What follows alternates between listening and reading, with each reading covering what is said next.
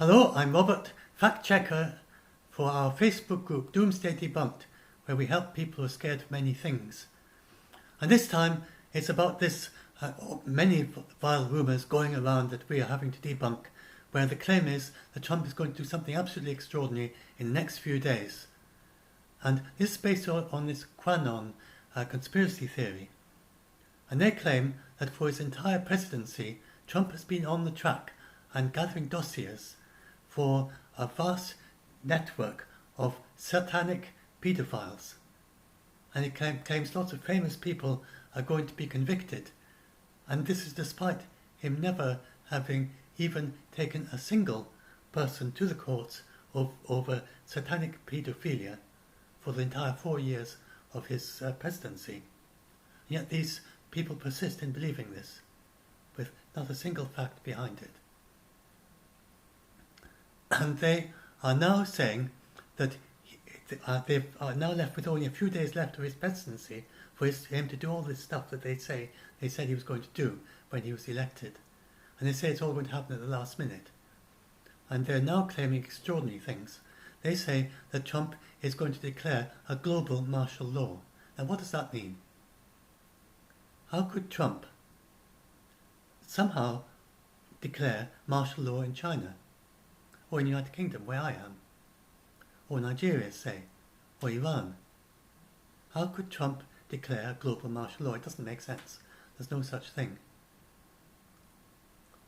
And then they claim that he is going to be streaming the confessions of these people over video feeds on all our mobile phones. How is he going to stream video to my mobile phone in the United Kingdom? I don't subscribe to the United States emergency system where he can send a text message to everyone in the United States because of a thing that they subscribe to. But why in the United Kingdom would we subscribe to an emergency service which lets the United States presidents send me a text message in the United Kingdom? Why would the United Kingdom do that? And the fact is we don't. It makes no sense. And then there's a claim that he's going to force all the TV stations around the world to broadcast only a single thing on all the different video channels. All the TV channels are supposedly going to broadcast this video. And why would a broadcasting studio in the United Kingdom say, listen to Trump if we were to order them to change all their broadcasting to this particular video, played over and over again? I mean, it's totally nuts. And that's the QAnon, well, that's to do with QAnon. It just accumulates all sorts of stuff as it goes on. And this is a PolitiFact, and they say, don't fall for these rumours. And so, and yes, that's about all the TV stations worldwide. And so the BBC puts it like this. At its heart, QAnon is a wide-ranging, completely unfounded theory that says that President Trump is waging a secret war against elite, Satan-worshipping pedophiles in government, business and the media. And QAnon believers have speculated that this fight will lead to a day of reckoning where prominent people such as former presidential candidate Hillary Clinton will be arrested and executed. There's no basis to this at all. And they said, and no part of the conspiracy claim is based on facts. And so then they also, even in the United States, Trump doesn't have this power.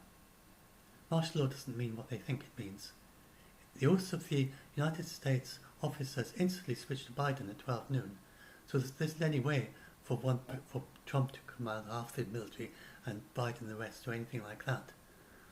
They say, I do solemnly swear or affirm that I will, if they have the choice which they want to say, that I will support and defend the Constitution of the United States. So the Constitution first, and then the orders of the President of the United States, and the orders of the officers appointed over them. And for National Guard it's the same, but then they also add in, they also support the Governor of the state, and the Constitution of the state. So the Constitution of the United States and the Constitution of the state against all enemies, foreign and domestic. So the oath automatically switches to Biden, and that's according to the Constitution. Remember, the Constitution comes first. 20th of January is the date, at 12 noon. And so if Trump ordered them to do something, and then at 12 noon, they would then turn and say, Biden, we're now following you. What do you say? And whatever Trump said after 12 noon, they'd ignore it. Because at that moment, so he could be saying, march this way, and then at 12 noon, they turn to Biden and say, Trump told us to march up this street, but what do you say? And he would say, march back again. I mean, it's like that. So the National Guard should be more than enough to deal with any attempts to disrupt things on the day, so there's no need for martial law. And the President can order out the military using the Insurrection Act. But Trump hasn't done that. The Insurrection Act needs insurgents, so it has to be insurgents. The only thing that remotely resemble insurgents here are Trump supporters. And first of all, Trump would have to order his supporters to disperse.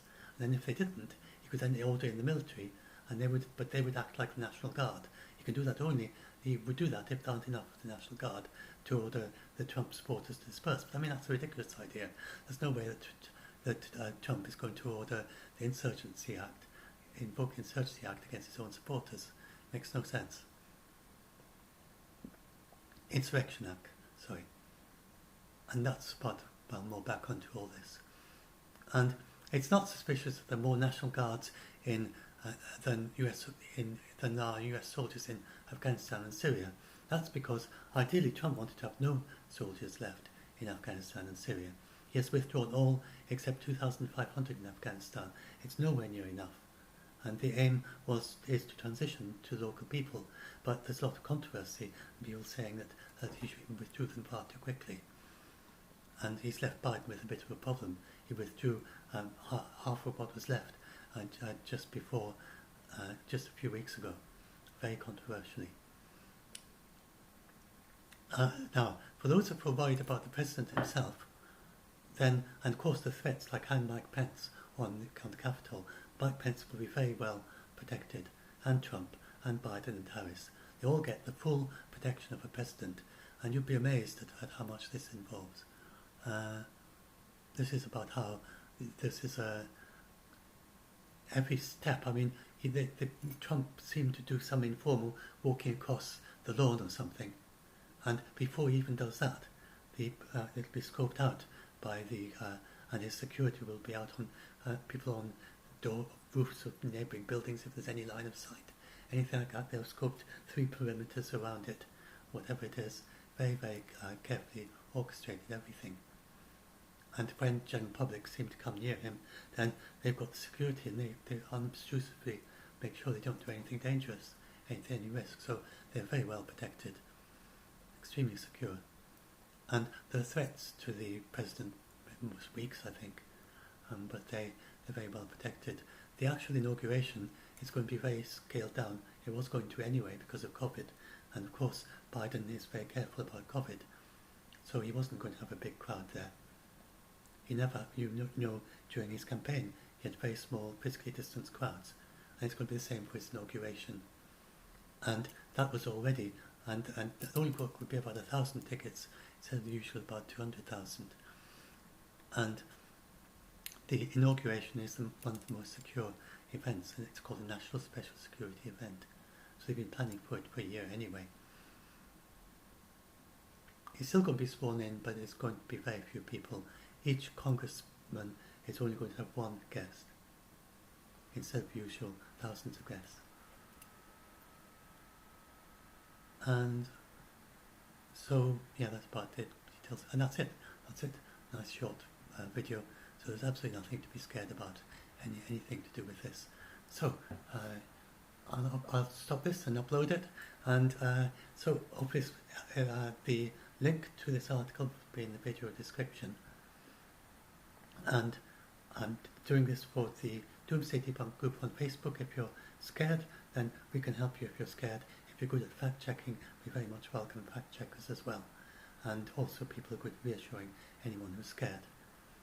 And just helping with them. The people get scared by these stories to the point that they have PTSD, they have therapists helping them. We are not a group that does therapy. We sometimes help them to find therapists, but we are the fact checkers to help them with the stories that they're scared of. But we do also welcome anyone who's good at working with people, and many are autistic, and many others also have bipolar disorder, of the people who are most scared by these stories. And if you're good at communicating with people with those conditions, that's also very helpful in our group. Because of the nature of the group, we have special rules at the head of the group to read those carefully if you plan to post or comment in the group. Thanks.